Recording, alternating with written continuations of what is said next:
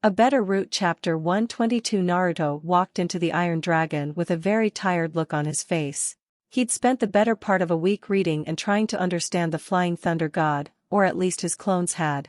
After the first 2 days he started using 30 clones to read all of the notes, which he'd made some copies of, and he was finally starting to understand them. Using that many clones that often had him about ready to pass out though, so he was glad he would finally be stopped with the clones and just attempt using it. However, that would require some new tools. Hey Tenten, you here? Tenten popped her head out of a closet that she'd been stocking. Yup, what you need Blondie? Naruto took out one of his father's 3-pronged kunai and put it on the counter. I need you guys to make me as many of these as you can. How long would it take you to make about 50 of them? Tenten whistled. Damn, that's a tall order. Is this what I think it is? Naruto gave a shy smile. Yeah, it's one of my dad's. Tenten looked over the kunai. Sweet. The soonest we could have these ready would be 2 days. I'd like to get them to faster, but my dad's been swamped with the big fight coming up. Still, for this he'll be willing to work around some stuff. Naruto shrugged. I'll take what I can get. I'd like to stay and chat, but I've gotta go help Hinata-chan with some stuff. Thanks a ton Tenten. Tenten waved goodbye. Not a problem. I probably should get back to my training too. Hinata looked around at the untouched training dummies with plenty of frustration. She'd been trying to make her own version of her cousin Niji's 8 trigrams vacuum palm with her lion fist style, but it just wasn't coming out like she'd wanted it to. She'd known it was going to be very difficult, as Niji's attack was based on the heavenly spin and creating something like a vacuum shell that would thrust a great amount of force onto the victim and, while what Hinata was trying to do was very similar, she was trying thrust one of her lion fists at her opponent, which nothing like her cousin's style. Every time she'd tried to test her new jutsu, the lion just collapsed in on itself mid-launch. Thankfully her boyfriend arrived to break her out of her thoughts. Hey Hinata-chan, how's it going? Naruto saw the dummies didn't have a scratch on them. Not too good I'm gonna guess.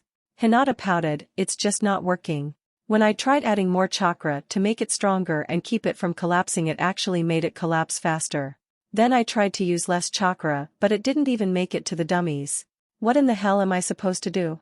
Naruto was clueless. I didn't understand the twin lion fist thing even when you first tried to explain it to me, so I don't think I'd be any help here.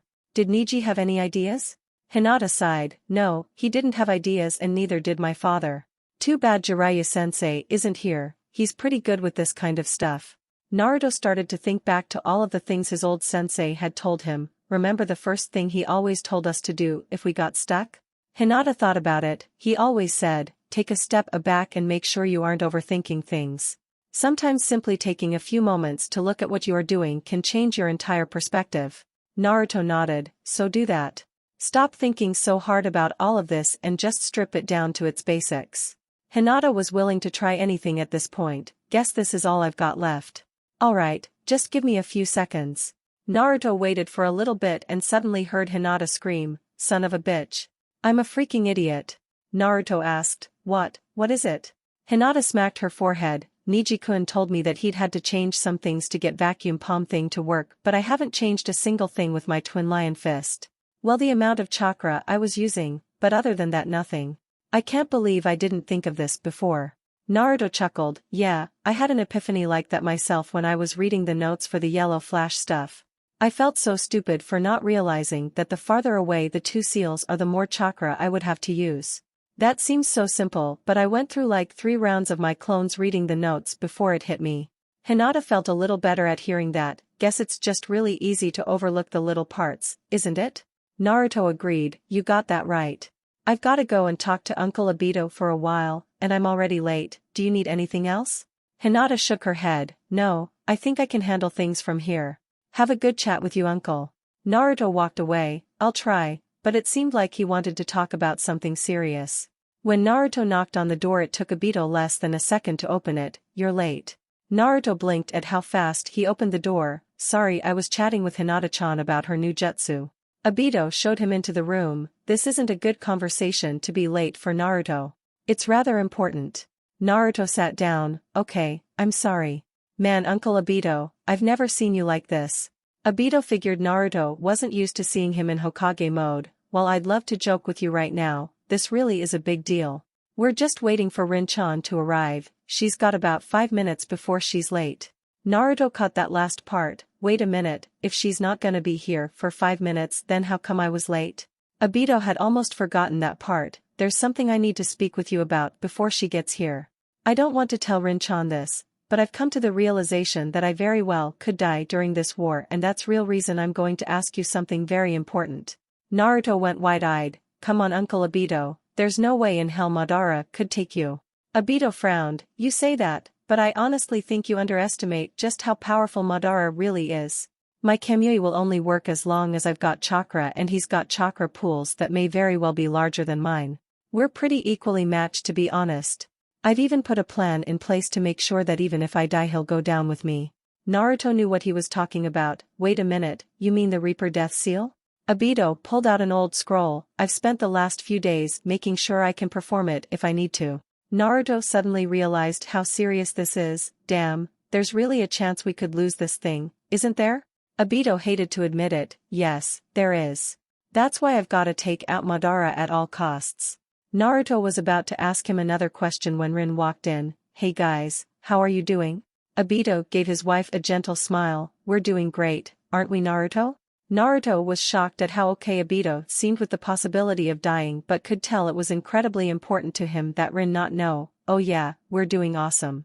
Rin sat down next to Obito. So has your uncle told you what we called you in here for yet? Naruto responded, no, he just said that it was very important. Obito leaned back in his chair. I've been thinking that once this war is over I'm going to retire as Hokage and so I'm choosing a successor.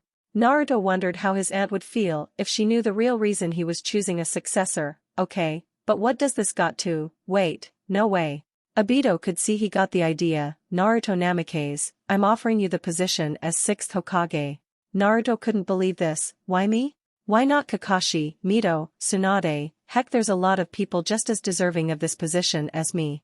Obito figured he'd ask that. Tsunade would never take the job if I offered. Mito's been listening to her mother so much she'd never take it, and Kakashi's never really show any interest in any form of leadership. Even if any of them were interested, I really think you're the best choice for the job. You may not say it much, but I know you've wanted to be Hokage since the day you found out your dad was. Naruto laughed a little bit. How did you know? Obito rolled his eyes. Well, let's see, there's the 10,000 times I caught you stealing my hat when you were little.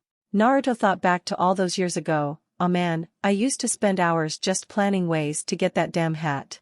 Even if just got to wear it for 5 minutes I counted it as a win.